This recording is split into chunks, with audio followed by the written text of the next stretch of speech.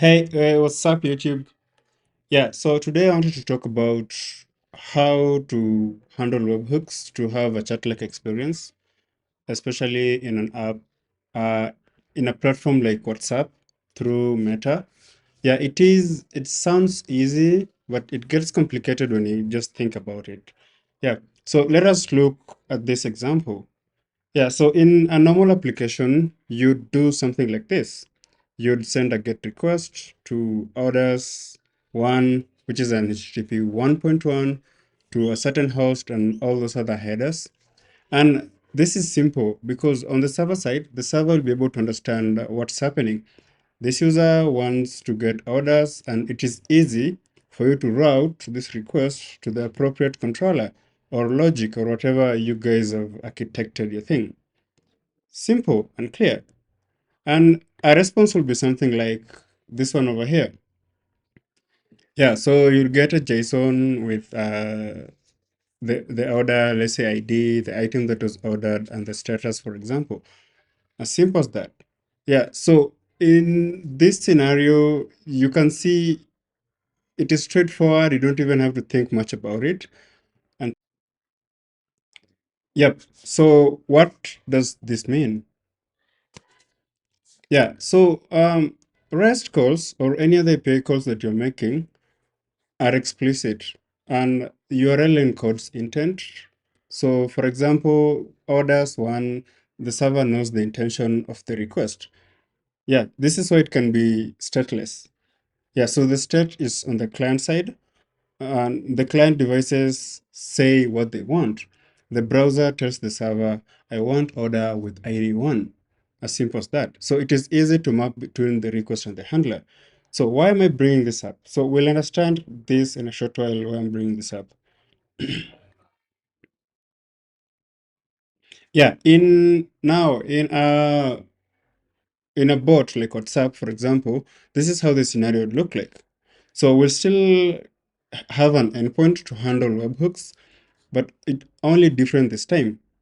So this time, instead of having paths for a particular thing that is happening on the app, we only have one endpoint. We can't tell Facebook, if you want to buy a new shoe, this is the endpoint.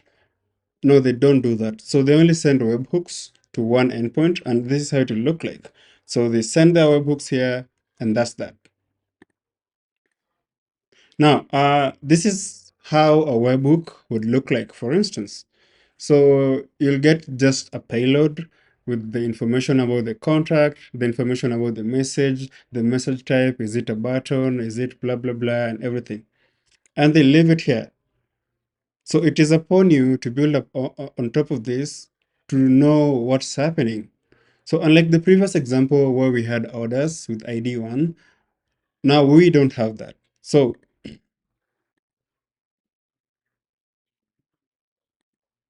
So what's happening here? Yeah, so in a webhook, it is a single firehouse, as I've explained. So it's just one endpoint to get webhooks, WhatsApp, that's it. Payloads describe events, messages, statuses, and delivery. And the intent isn't explicit like in orders one. You must derive it on your own. You're on your own here, bro. Now, yeah, when you receive a webhook, you might do something like this. You might have a function that is called handle message. Then after passing the webhook, you pass the message into this function. It can be an entire controller, or it can be a simple function as this. So what's happening here, you're just doing message, which is a string slice. Then if the message is hi, reply hey there. Or else just tell the user I don't understand. As simple as that.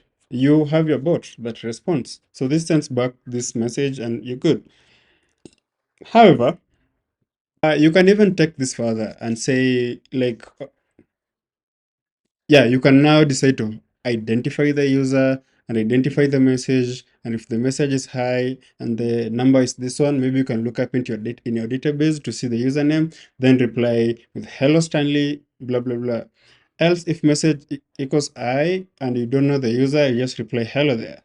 or else you do, I do not understand. And you can even take this further. Like, yeah, you're building a bot, right? So taking this further, you can add more logic to this. So if message equals to hi, just reply hello there. If message equals one, reply showing your orders, you know that is orders. And I've seen people do bots like this, and this works for simple scenarios. Yeah, this would work. Because if someone says hi, you can do your logic here, you can add, you can maybe call another function on the server or something like that, and this would work in many cases if you're building something simple. But if it's this simple, you don't need a bot. So let us continue. That is clearly pain, and there has to be a better way to do this, right? And there is state machine. That is our solution here. So instead of doing all that painful stuff we've been doing on the previous steps, we can create our own state machine so that we can have something similar to what normal web applications have. So let us see how it might look in practice. So here is another code, same handle message, but now we've introduced something new, which is a state.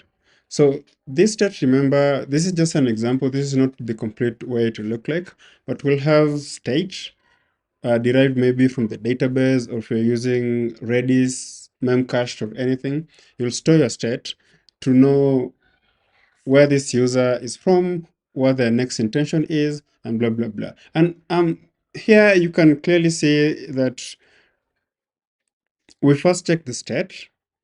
We start the state. Yeah, so we're using a match function to do this. So we first check the state. We start the state. If it's high, return state the start. Hello, blah, blah, blah.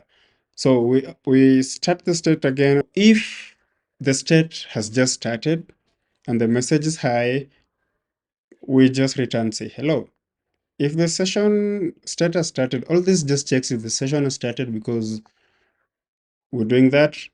So if the someone has selected one, for example, the session has just started, the state is session, the beginning of a session, and the person has selected one, we show viewing order. So this is just an example of how we're now using state instead of using giant if functions to route messages to logic. So where this arrow is pointing can be as simple as we've done. So I want you to note something here. So on the return, we first set the next state so that when this webhook is sent again with the same user, we'll know, for example, on the second part, we know this user is trying to view orders, then we'll handle state from viewing orders onwards. So we first set this, we update the state of this user, then we return the message. Check the state, do the appropriate action for that state and do. Yeah, so as simple as that. So this one, while not quite as robust, it is better than what we had previously of doing if functions, which made it look like a command line interface. Yeah. Yeah. So what if we have a sequential process? Let's say, for instance, you're onboarding a user. So when you're onboarding a user, we have to follow particular steps. Like we first ask for your name.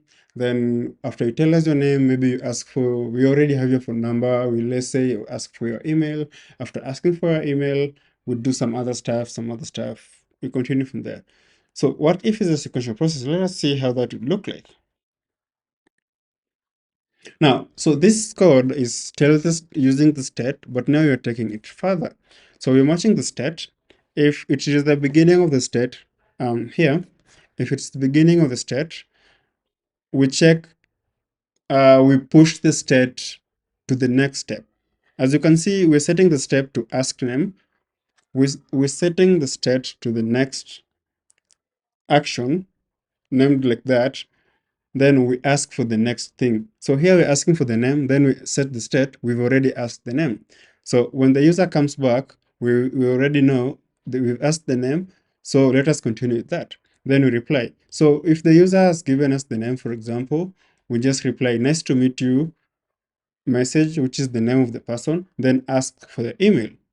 Then we set the state that we've already asked for the email, then we do the next action. So when a user comes in again, it will jump to the next part, ask email.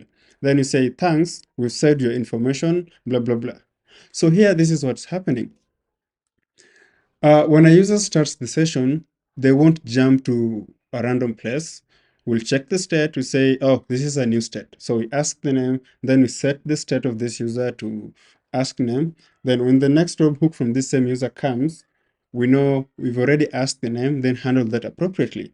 This allows us to do literally anything. So here we can even validate the name. So instead of setting the state here to ask email, for example, if the name is invalid, we can return the state to start so that we can ask the name again, then continue from there.